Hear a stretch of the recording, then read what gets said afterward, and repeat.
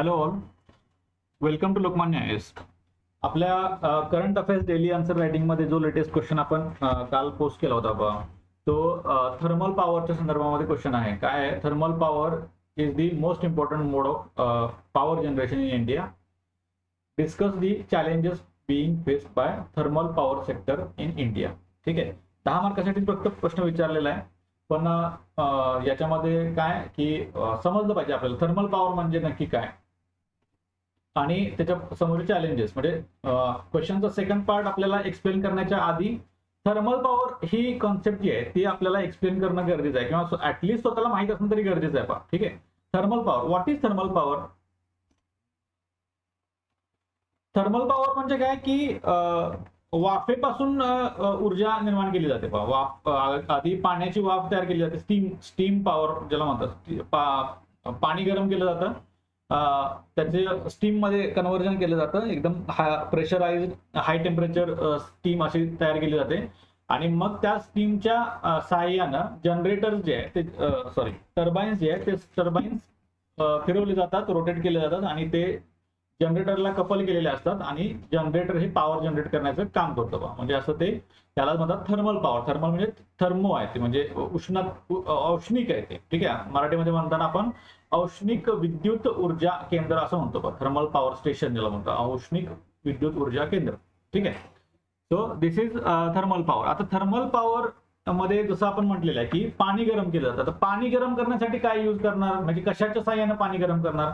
म्हणजे आपल्याला जर हीट निर्माण करायचे तर वेगवेगळ्या मार्गाने आपण करू शकतो.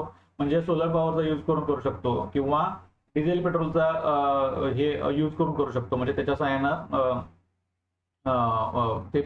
ते जे फ्युएल आहे ते इंधन पेटवून करू शकतो ऊर्जा निर्माण, किंवा लाकडं पेटवून करू शकतो, किंवा जिओथर्मलच्या साहाय्याने करू शकतो आपण, किंवा दुसरं काय न्यूक्लिअर पॉवर आहे. न्यूक्लिअर जे फिशन जे आहे तर त्याच्यातून ऊर्जा निर्माण होते तर त्याच्या साहाय्याने करू शकतो आपण, किंवा कोल जो आहे, ठीक आहे, दगडी कोळसा ज्याला म्हणतोय आपण, तर दगडी कोळशाच्या ज्वलनातून आपल्याला ऊर्जा निर्माण होऊ शकते.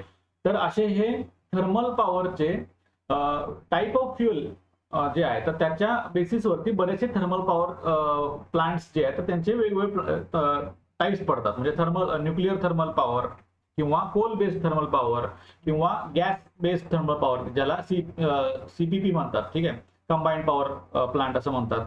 ठीक आहे, किंवा जिओ थर्मल पॉवर आहे, जसं सोलार थर्मल आहे, किंवा डिझेलच्या बेसिसवरती जर असलं तर तो सुद्धा एक आहे, डिझेल पॉवर प्लांट जो आहे.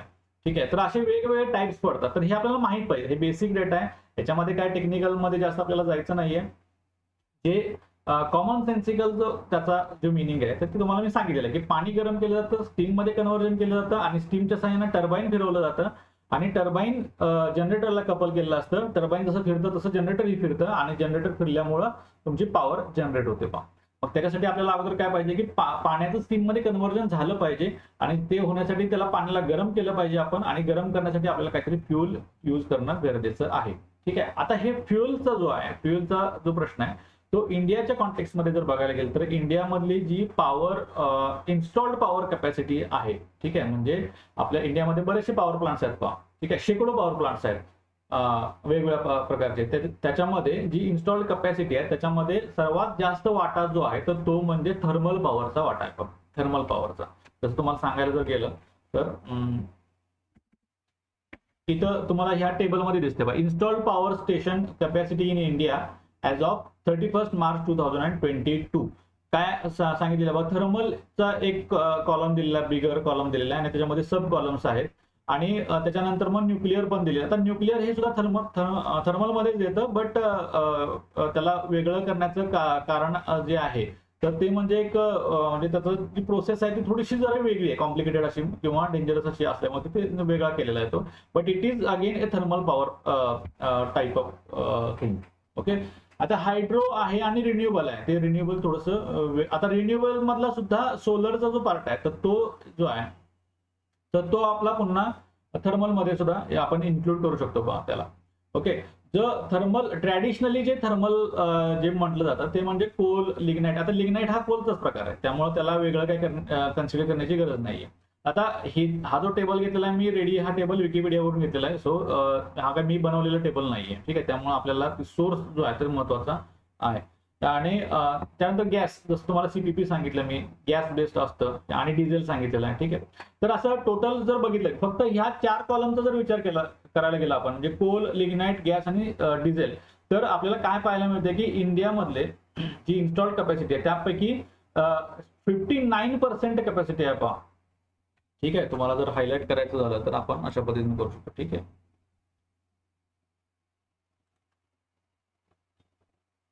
Weight a minute.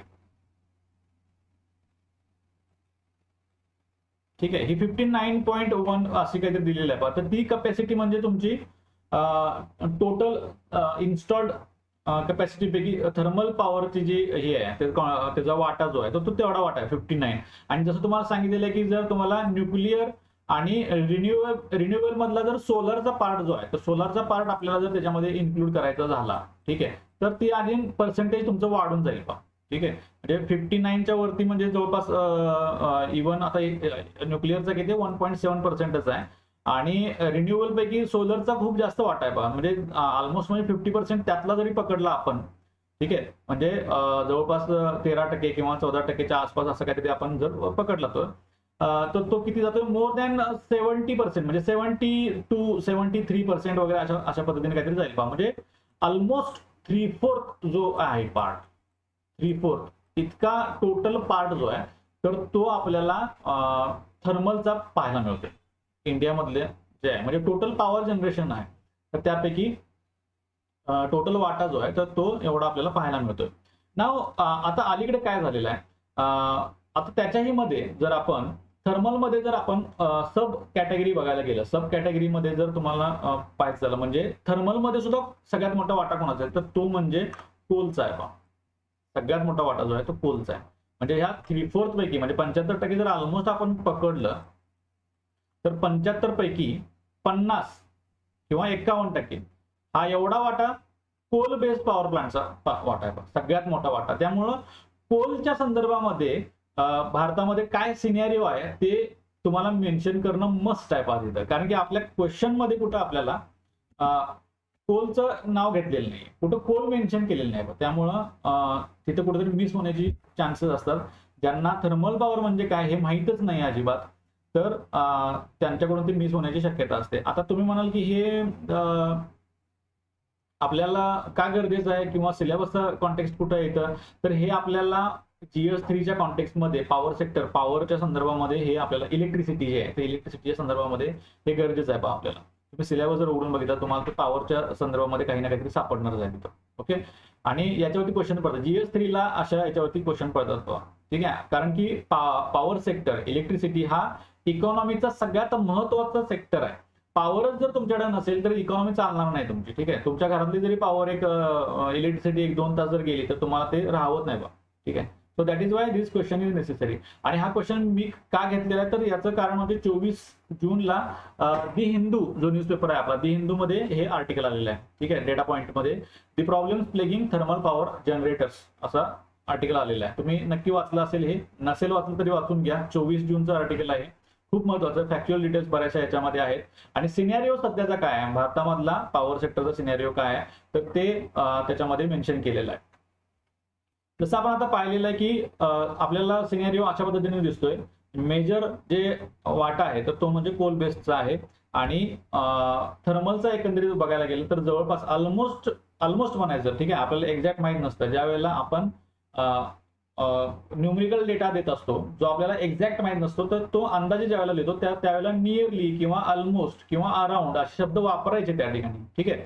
तर त्यामुळं जरा अवेअरनेस जो आपला आहे तर तो तिथं दिसून येतो आन्सर मध्ये, तर ते वापरणं गरजेचं आहे. म्हणजे ऑलमोस्ट आपल्याला किती दिसतो 3/4 तेवढा वाटा दिसतोय थर्मलचा. प्रॉब्लेम्स काय व्हायला लागले आहेत की आता अलीकडे काय झालेलं आहे, गेल्या 2-3 महिन्यामध्ये म्हणजे जसं उष्णता खूप जास्त होते, उन्हाळ्याचे दिवस होते आणि उष्णता खूप जास्त होती आणि त्याच्यामुळे पॉवरची डिमांड खूप जास्त होती बा.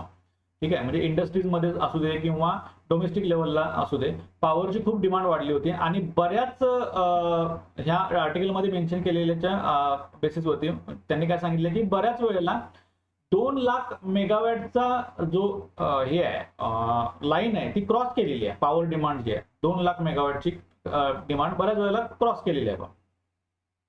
म्हणजे आपलं जर इन्स्टॉल्ड कॅपॅसिटी आपण जर बघितली, ऑल इंडिया इन्स्टॉल्ड कॅपॅसिटी किती आहे इथं आपल्याला दिसते लास्टच्या कॉलम मध्ये 3,99,000 दिसते, 496 इतकी दिसते. ठीक आहे, म्हणजे ऑलमोस्ट 4 लाख एवढी कॅपॅसिटी, इन्स्टॉल्ड कॅपॅसिटी मानायला काही हरकत नाहीये. पण डिमांडच्या बाबतीत जर विचार करायला गेलं तर डिमांड आपली जवळपास म्हणजे 2 लाखच्या आसपासच कुठेतरी आहे. पण अलीकडेच काय झालेलं आहे की 2 लाख पेक्षा ती क्रॉस करून पुढे जायला लागलेली आहे बऱ्याच वेळेला. ठीक आहे, त्यामुळं प्रॉब्लेम असा व्हायला आहे की जी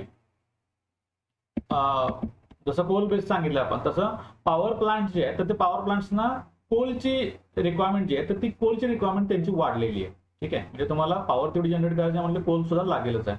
आणि बऱ्याच वेळेला या उन्हाळ्यामध्ये सिच्युएशन अशी निर्माण झालेली आहे की म्हणजे पॉवर प्लांट्सकडे जेवढा गरजेचा आहे त्याच्यापेक्षा खूप कमी कोळशाचा साठा त्यांना पाहायला मिळतोय. म्हणजे फक्त 10 दिवसच पुरेलेत का, फक्त 15 दिवस पुरेलेत का कोल, अशा बऱ्याचशा न्यूज आपण बघितलेल्या आहेत. दिस इज द रिझन. आणि सध्या प्रॉब्लेम कसं झालेला आहे की डोमेस्टिक प्रोडक्शन कोलचं जे आहे तर ते कुठंतरी हॅम्पर झालेलं आहे. ओके, आणि आपण इम्पोर्ट कोल जो करतोय, ठीक आहे, जो कोल इम्पोर्ट करतोय तर त्याचे प्राइसेस डोमेस्टिक कोलपेक्षा जवळपास 5 ते 6 पटीने जास्त आहेत.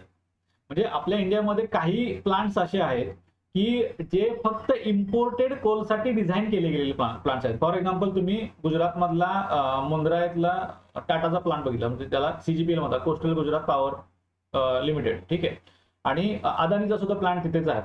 तर तिथे जवळपास त्या एकाच ठिकाणी अराउंड 8 ते 9 हजार मेगावॅट वीज जी आहे तर ती एकाच ठिकाणी त्या ठिकाणी जनरेट केली जाते. एवढी कॅपॅसिटी आहे तिथे, इन्स्टॉल्ड कॅपॅसिटी गुजरात मधला मुंद्रा जर बघितलं तुम्ही. तर आता हे प्लांट जे आहे तर हे प्लांट्स इम्पोर्टेड कोलसाठी डिझाईन केले गेलेले प्लांट्स आहेत. तर त्यांना डोमेस्टिक कोल जो आहे, कारण की आता याच्यामध्ये तुम्ही म्हणाल की फरक कसा पडतो, तर फरक पडतो कारण की त्याच्यामध्ये कार्बन कंटेंट जो आहे, ऍश कंटेंट जो आहे तर त्याच्यामध्ये डिफरन्सेस पडतात. जो डोमेस्टिक कोल आपला आहे तर तो आपला बिटुमिनस टाईपचा एक कोल आहे. ठीक आहे, तर त्याच्यामध्ये कोल ऍश कंटेंट जी आहे ते आपल्याला 20% ते 30% एवढी ऍश कंटेंट सापडते. ऑन दी अदर हँड जर इम्पोर्टेड कोल आपण काय काय ठिकाणाहून घेतो, इम्पोर्टेड कोल कुठून येतो, आपल्याकडं इंडोनेशियाकडून येतो, आफ्रिकेमधून येतो. ठीक आहे, तर हा जो इम्पोर्टेड कोल आहे तर याच्यामध्ये ऍश कंटेंट आपल्याला जराशी कमी सापडते, म्हणजे 10% पर्यंतच ऍश इतकी सापडते आणि बाकीचं आपल्याला कार्बन कंटेंट जो सापडतो, कोल कंटेंट ऍक्च्युअली जो आहे, तर त्याच्यामुळे काय तुमची कॅलोरिफिक व्हॅल्यू जी आहे तर तुम्हाला जास्त मिळते त्या ठिकाणी आणि इफिशियन्सी, प्लांटची इफिशियन्सी आपल्याला जास्त मिळते. पण प्लांटचं डिझाईन त्या पद्धतीनं असतं पहा.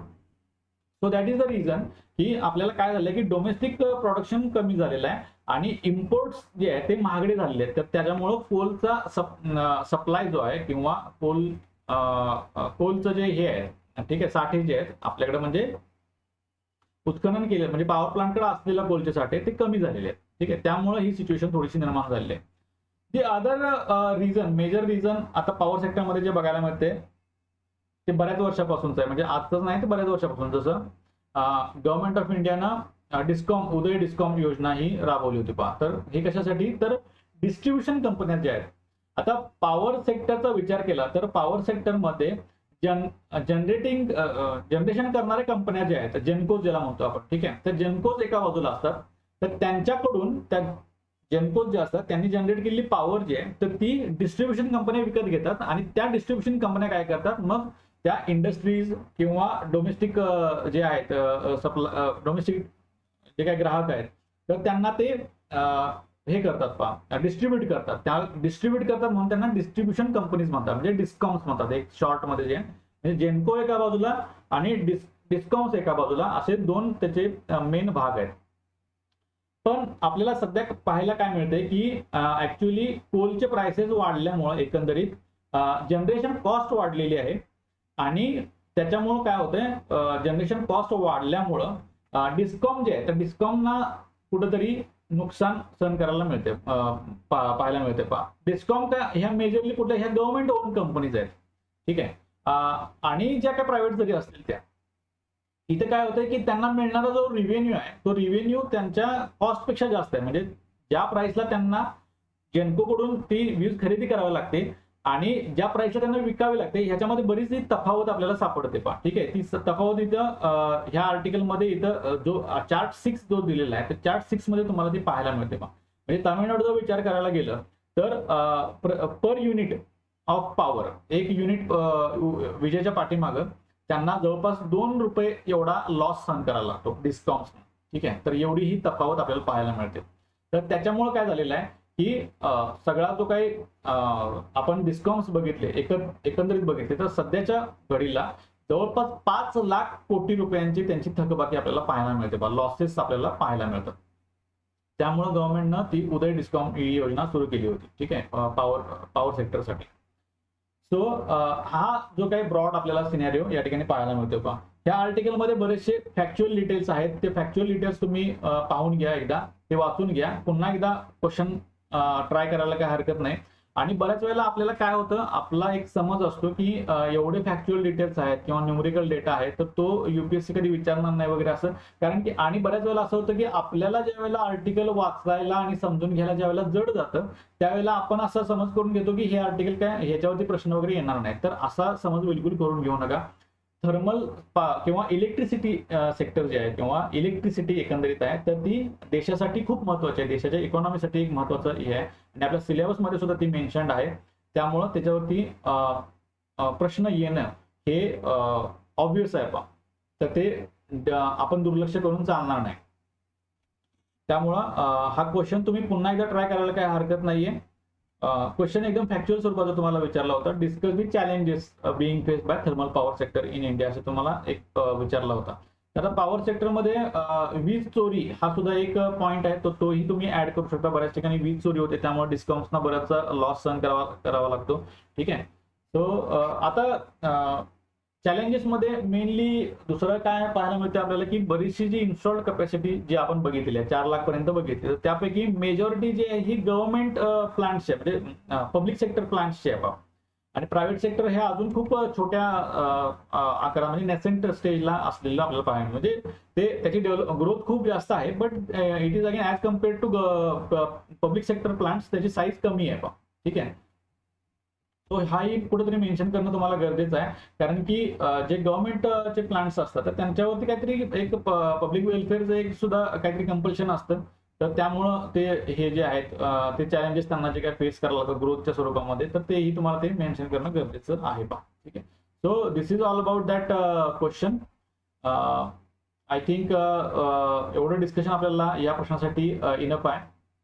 आणि हा चार्ट्स वगैरे जे आहेत ते डेटा जो काय आहे तो व्यवस्थित स्टडी करून घ्या. तुम्हाला माहित असणं गरजेचं आहे एकंदरीत आपली इन्स्टॉल कॅपॅसिटी किती आहे किंवा एकंदरीत डिमांड किती आहे, तर त्याच्यामध्ये ते कॉम्पोजिशन काय काय आहे, म्हणजे थर्मलचा वाटा किती आहे, न्यूक्लिअरचा वाटा किती आहे, रिन्युएबलचा वाटा किती आहे, त्याच्यामध्ये रिन्युएबल मध्ये पण हायड्रोचा वगैरे वाटा किती आहे, हे सगळं आपल्याला माहित असणं, ब्रॉड एक पिक्चर आपल्या डोक्यामध्ये असणं ते गरजेचं आहे.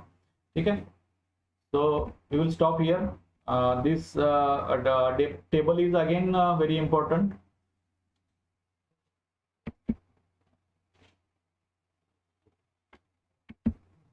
So we will stop here. Thank you.